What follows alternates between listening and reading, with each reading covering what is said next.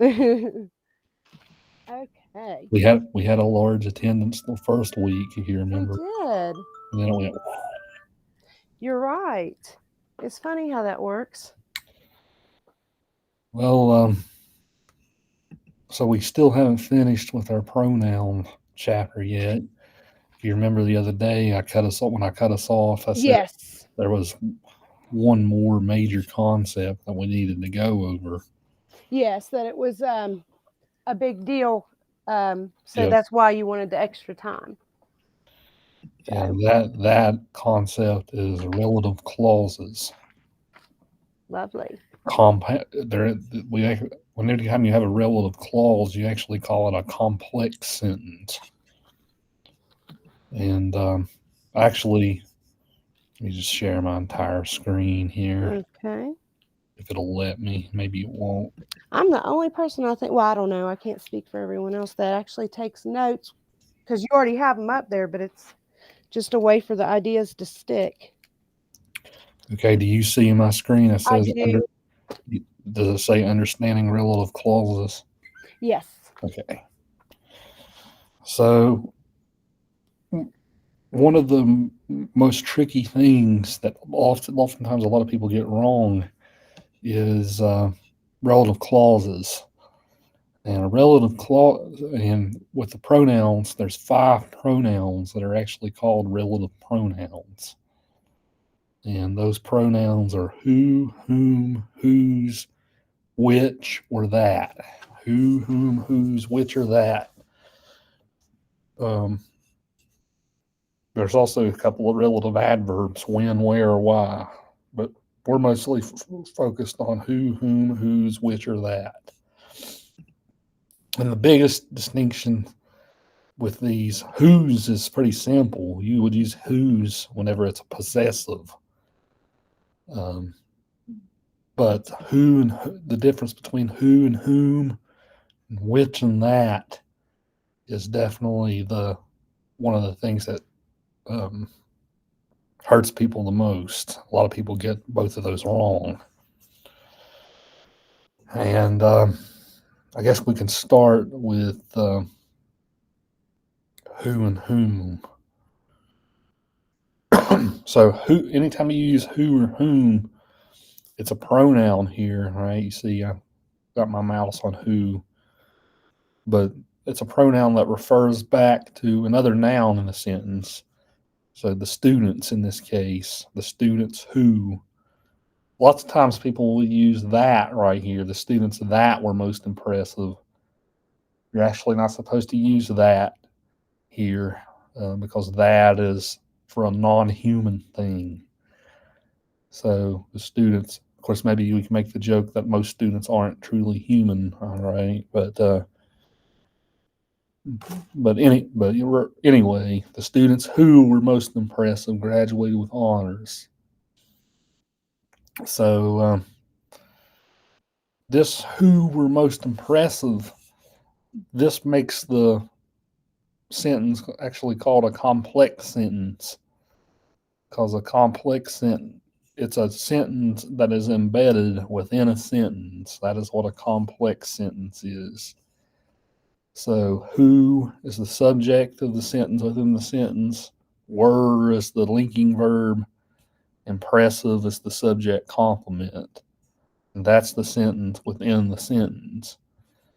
If you could actually if you cut that sentence within the sentence out, and you still have a sentence: the students graduated with honors.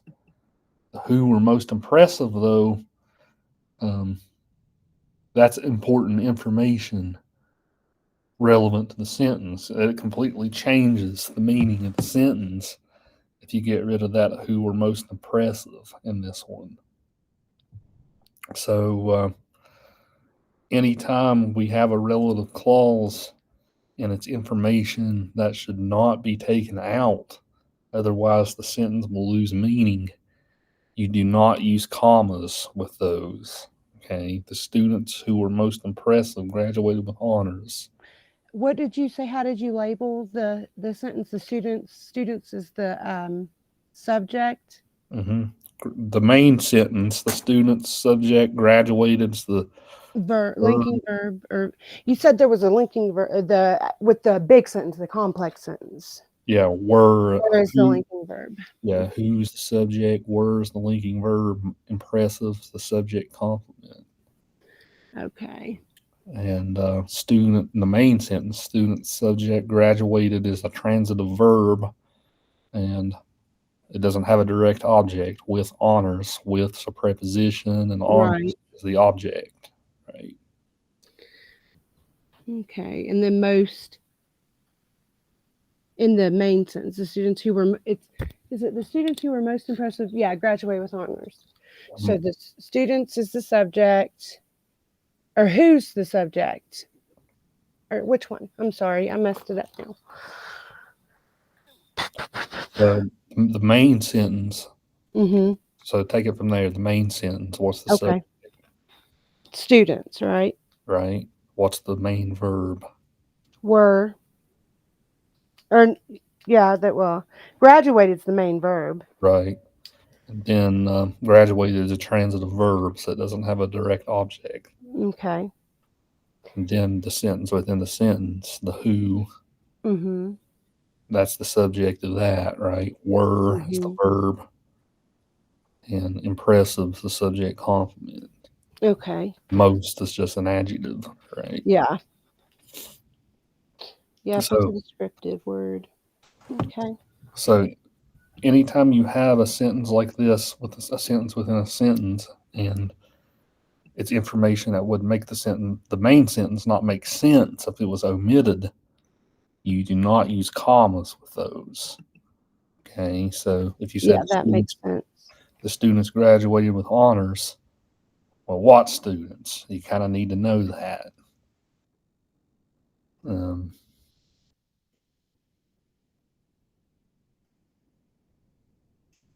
So let me scroll down here. So those types of sentences that have relative clauses that are information that you can't take out and the sentence still makes sense, those are called restrictive relative clauses. So women who work are happier than women who don't work. I don't know how true that is, right? I don't know what these people. It's just an opinion. Right? Yeah. But if you cut the who work and who don't work out, your sentence is just women are happier than women. Yeah. That don't make any sense. No. So this is a case where you don't put commas around it because it's essential to the meaning of the sentence. Teachers who give a lot of assignments are unpopular. Teachers are unpopular. Well, you kind of need to know which teachers. Right. Maybe not. We could say that teachers nationwide are unpopular, right? That probably wouldn't be in the political climate, that probably wouldn't be a lie. But, yeah. For the purpose of the sentence, it doesn't make sense. So that's why it's called a restrictive. When you get to the non-restrictives, you put commas around them. And you do that because in these, you can actually leave the sentence within the sentence out of the sentence, and it'll still make sense. Going to the movies, comma, which I love to do, comma, can be very expensive. So, which modifies going, the gerund, going in this case. But if you said going to the movies can be very expensive, then the same meaning still applies here, right? Going to the movies can be very expensive. It doesn't matter if you love to do it. That's just extra padding added on to the sentence. So if it's information you can omit, that's when you put a comma before it. And the question then is, when do you use who? When do you use whom? Which and that. So let's do whom first. We already did a couple of examples, but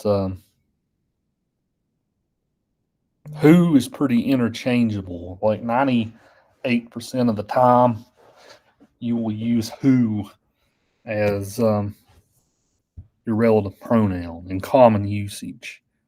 My sister, who works for the YMCA, leads a very active life.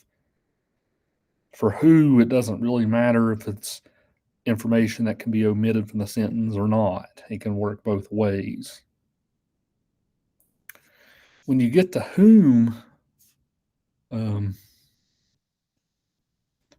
is kind of antiquated, but the difference between them is this. So just take this sample sentence. My friend has 2 children, comma, whom she loves very much. So the comma's there because it's information that can be omitted. But whom, that relative pronouns there modifying children. But then you have after that, you have another subject, she, and then loves, verb, then very much. So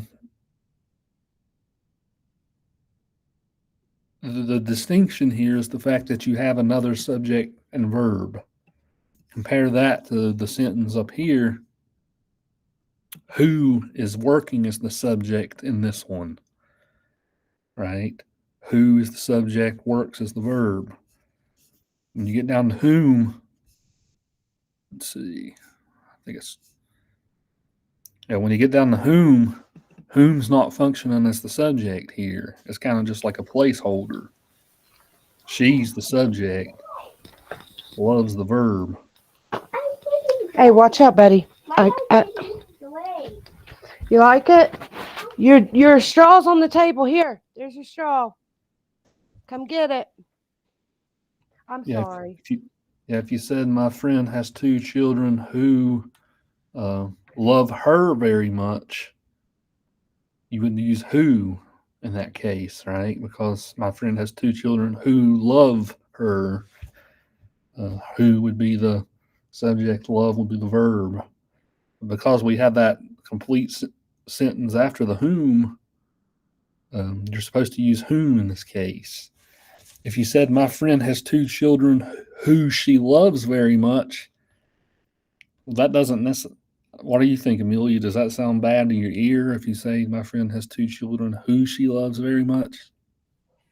I don't think it sounds as good as whom, but I'm not saying that I wouldn't hear people doing that. Like, it's probably more common for them not to use whom. I mean, it seems like it's one of those words that isn't used as often. It's used more in a proper setting, or business or professional, type thing. That's what it seems like, at least. I'm not really, that's just my opinion. It sounds very proper, right? Yes, yeah, absolutely. But I have a tendency to use it in my speech and writing. But then again, I don't necessarily talk the same as everyone else. So. Yeah, I would say if she said my friend has 2 children who she loves very much, I would say that doesn't sound. Yeah, I don't like it either. Like I'm my brain's just trained to be grammatically correct. Right. But if I heard somebody say that, I wouldn't bat an eye to it. I don't think. Right. Exactly. Yeah, whom sounds kind of like King James Bible-ish, right? With its like antiquated language. So that's why you don't really hear a lot of people using whom. But that's the main difference. Is you have a complete you have another subject after it. So again, if I said my friend has 2 children who loves her very much, you use who. But when this one, whom she loves very much, there's a subject and verb in this one. Mm-hmm. Okay. And so now now we need to talk about that and which. Which. That and which. And this one is once I explain it, it'll be kind of simple. It'll be pretty easy. So remember up above, I said if it's information that can be omitted, you do not use commas. And well, let me rephrase. Let me rephrase that. I think I might have got lost in my own words. Okay. Yeah. If it's information that you can cut out and the sentence will still make sense, you use commas. But if it's information that you can't cut out, otherwise the sentence will lose its meaning, you don't use commas, right? That's what we Right. talked about. Restrictive is when you can't cut it. Non-restrictive is when you can cut it. So the difference between that and which, both of the time you use either one of those to talk about something that's not human. But the difference is you use that when it's something that you can't cut out of the sentence, and you use which when it's something that you can cut out of the sentence. Which you can cut out. Right. And that you can't. Right. And which always comes with a comma before it. Always comes with a comma before it. Always comes with comma before. Okay. So if you look at that sample sentence, the lessons that we have learned are no more important than the lessons that we have yet to learn. If you cut both of those phrases out, as it would say, the lessons are no more important than the lessons. Right. That don't make any sense. Wow. Oops, I dropped my phone. Ugh. And if you use There we go. if you're talking about the relative pronoun which, Mm-hmm. the Empire State Building, comma, which used to be the tallest building in the world, comma, still a popular tourist attraction. So if you said the Empire State Building is still a popular tourist attraction, then that would still make sense. Oh my goodness. The fact that it's used to be the tallest building in the world, that's just extra info.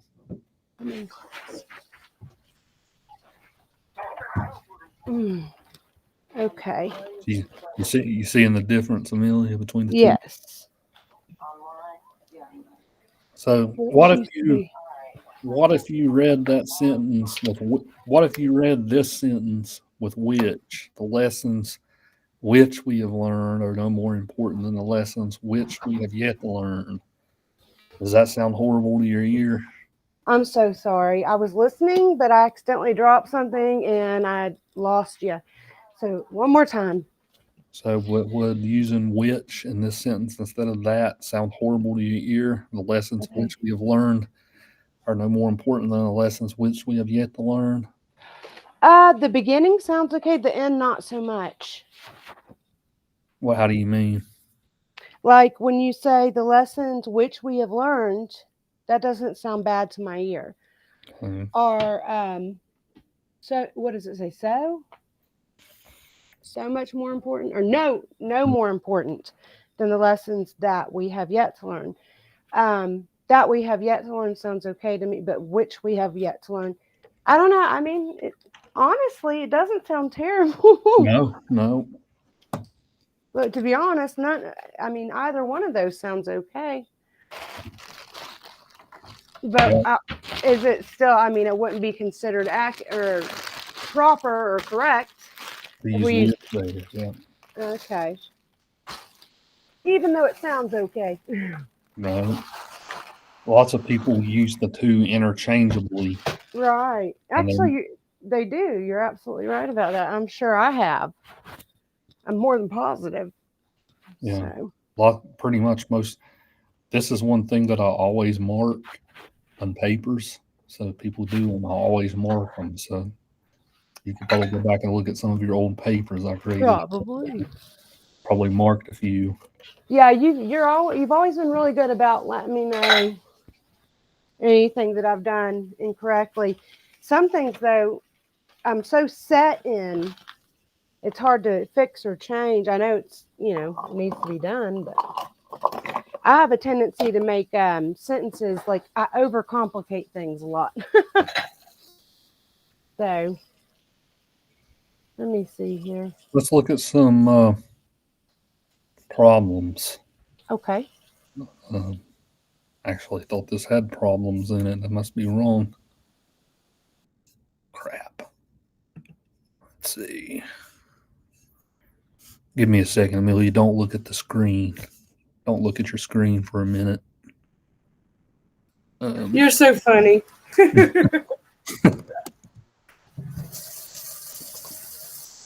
Okay. I'm sorry. I have the computer in the kitchen again making dinner at the same time. But there we go. I'm basically done now.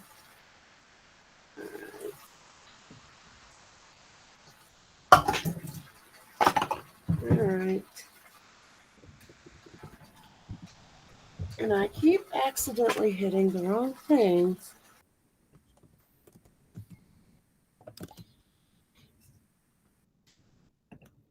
All right. So I got your attention. You ready to do these examples? Yeah. Let me just Okay. turn this and turn it off. And I am ready. So take a look at this first sentence. My friend have 2 children. Blank love her very much. Which one would you That's use? whom. Whom. For the first one? Yeah, yeah. My friend has 2 children whom love her very much. Oh, wait. Who love her very much? Who? Right. That one's who. Yeah, And the it's second who. one is whom. Right. Why is the second one whom? Can you articulate why? She, the second subject. Mm-hmm. Exactly. Got it. All right. Wonderful. I'm glad that I understood that concept. Now, Go ahead. now we're dealing with that and which here. So in the, I don't need to have this written down twice. Her very much. Aaron Judge broke the AL home run record. Blank Roger Maris set. Broke the home run record. Let's see. We're doing whom, which, and that. That and which are the choices. Yeah. Okay. Aaron Judge broke the AL home run record. That Roger Morissette. Exactly. Right. Why is it that? And Yeah. Why is it that? You know why? Let's see. It's because it doesn't. You can't take out any information. Nothing can be omitted. Right. Exactly. All right. I truly am getting it then. Let's see. Home run record. So now that I have a comma in front of this one, it's which. Which, right? Yeah. So I guess you can make the argument on this one. You can cut it or not cut it. Right. I guess the sentence just demonstrates he's which with a comma, and that you don't have a comma. Right. That's true. She approves of the man blank you intend to marry. Which one would you use there? Okay, that. So we're back. So it's we're open to all of them again. Who, whom, which, or that. Okay, so it could be. Let me see. Hold on. Okay, so it has two subjects. So it's whom. Right. Whom that refers back to man, right? Right. So it'd be whom. Took me a second, but I realized. My friend blank went to the baseball game, caught a foul ball. Okay. My friend went to the baseball game, caught a foul ball. Who went to the baseball game? Right. I think you got it. I think so too. It's good to have these samples though for the tests. They're actually very helpful when you have these notes if you've taken them. So Let me see if we got any in the book here. This is a concept I spend extra time on. I don't know if the book spends much time on it or not. okay. Okay, you got your book handy? I do. Go to page 101. Okay. 101. We'll do some more practice. Okay.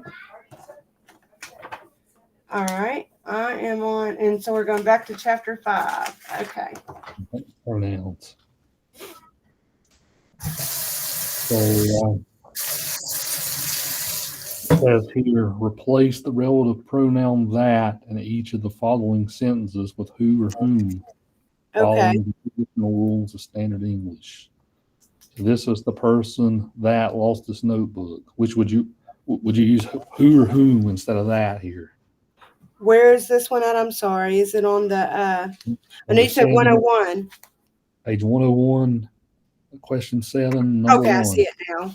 All right. This is the person that lost his notebook. Whom lost his notebook? You said which one you see? The first one, this is the person whom lost his notebook. No, it's not whom. It's not? Okay. It would be who in this one. Right? Okay. Yeah, that makes sense. Because who's the subject of your relative clause, and lost is the verb, right? Gotcha. And then we contacted the builder. Go ahead. We contacted the builder that you recommended. So it'd be whom because there's two subjects. Right. Take the next one. Here comes the woman that I've been expecting. So it's also whom because there's two subjects. I pity the child that has been crying all morning. So it would be who. Because who is the subject of that one, right? Right. And then I pity the child that the others teased all morning. So there's two subjects. So it'd be whom. Mm-hmm. Are these the students that will be taking the course? So this one will be who. Right. Who, subject, will be, verb. And then he is the person that helped me. So that would be who as well. Mm-hmm. Is Jan the person that you saw behind the curtain? And this one would be whom. Because you, right? Yeah. And then Philip is the student that scored highest on the exam. And this one would be who. Mm-hmm. And I learned it from the teacher that retired last year. And this one would be who. Yeah, that's right. So you nailed it. Wonderful. The only one I messed up was the first one. So, all right. It doesn't have any that or which questions in here. No, it doesn't. What's up with that? I don't know. I mean, it'd be good for them to have it though, because that's additionally, something else you need to know. So, So how do you feel about pronouns now that we're done with it? Are you? I think I'm okay. What do you think? Yeah, I think you got it. All right. So next we're going to be doing the adverbs. Adjectives and adverbs. Yeah. All right. I'll probably only get so far with this. Okay. Actually, you just want to call it an early day, Amelia? Because That's okay. actually, Sure. yeah, I have a flex day built into our calendar, and we're going to be like way ahead if I don't use it. Okay. So we can push that adjectives and adverbs chapter back until next time. That'll give you time to finish the chapter too. Yeah. See, I finished that. Well, I finished the other one. I just haven't been able to finish, adjectives and adverbs. So, Yeah, we'll do that, and then we'll move the. Taking a look at the screen here, we'll move prepositions and particles back to next Thursday okay. or Wednesday. Yeah, Thursday. Yeah. That's right. So prepositions and particles is going to be for Thursday's class. So I'll have to have that done. And then so adverbs and adjectives we're going to do Tuesday. Right. And as far as assignments are concerned, are there any that you want us to do with the pronouns? Yeah, I will put the whole problem set and discussion post up for the weekend. Okay, so pronoun discussion post, and then probably a quiz, I'm sure. Yeah, I'll give you a pronoun quiz and a pronoun discussion post. Okay. And for you, you don't have to respond to others since you were at the meeting here. Perfect. I don't mind that at all. Sounds good. So we'll see you next week, Millie. All right. Enjoy your weekend. You too. Thank you.